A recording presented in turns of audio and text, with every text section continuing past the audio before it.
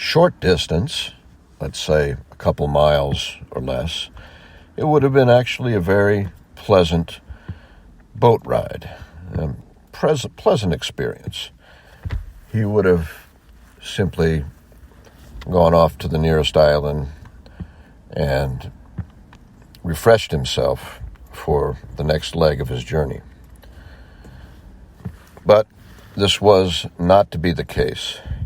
The nearest island he knew from memory was almost 16 miles away, and he wondered.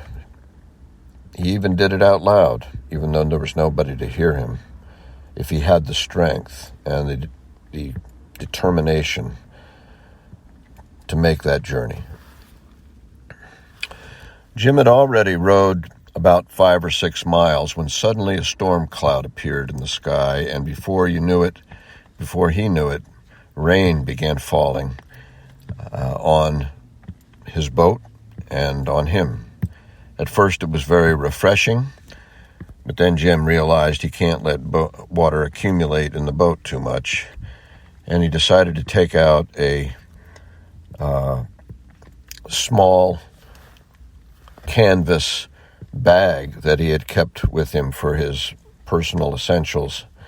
He emptied it and then opened it up and allowed the rain to fall into it. It was a rather large bag, so he could open it up quite a bit, and he hoped that maybe this would ensure that not enough rain would fall into the boat to capsize it or sink it. As he sat there waiting for the rain to pass, he began to realize he was collecting quite a bit of water, and all of a sudden he said, yes, what am I thinking? And he picked it up and drank a wonderful, refreshing gulp of fresh water.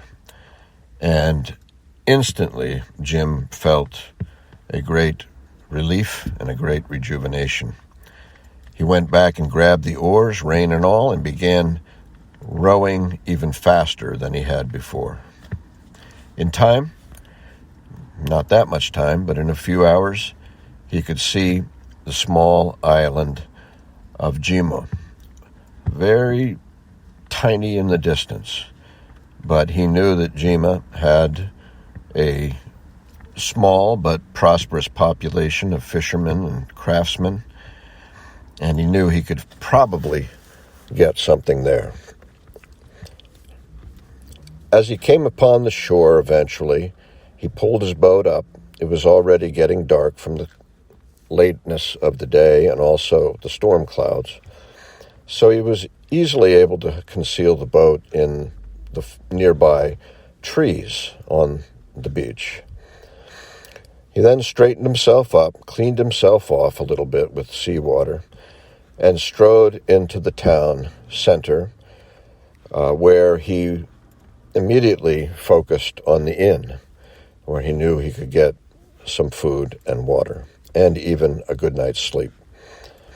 He walked in, and he went up to the counter where the clerk was bringing people in and signing them in, and declared that he wanted a room for the night.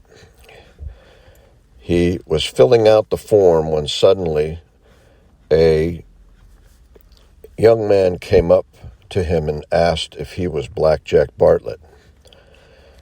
And Jim turned, frozen with fear. Who is this person? He immediately said, no, I'm not. I don't know who you're talking about. But in his mind, he was very worried. There are people who might identify me here and send me back to that prison if I'm not careful, he realized. Jim checked into his room after having a meal, cleaned himself up, and took to bed. It was a beautiful, long sleep for him, nice and deep. But before he fell asleep, he thought again about his family. Did they receive my note? Will I even make it back? What if somebody turns me in on the way? All these things ran through his head as he slowly dropped off to sleep.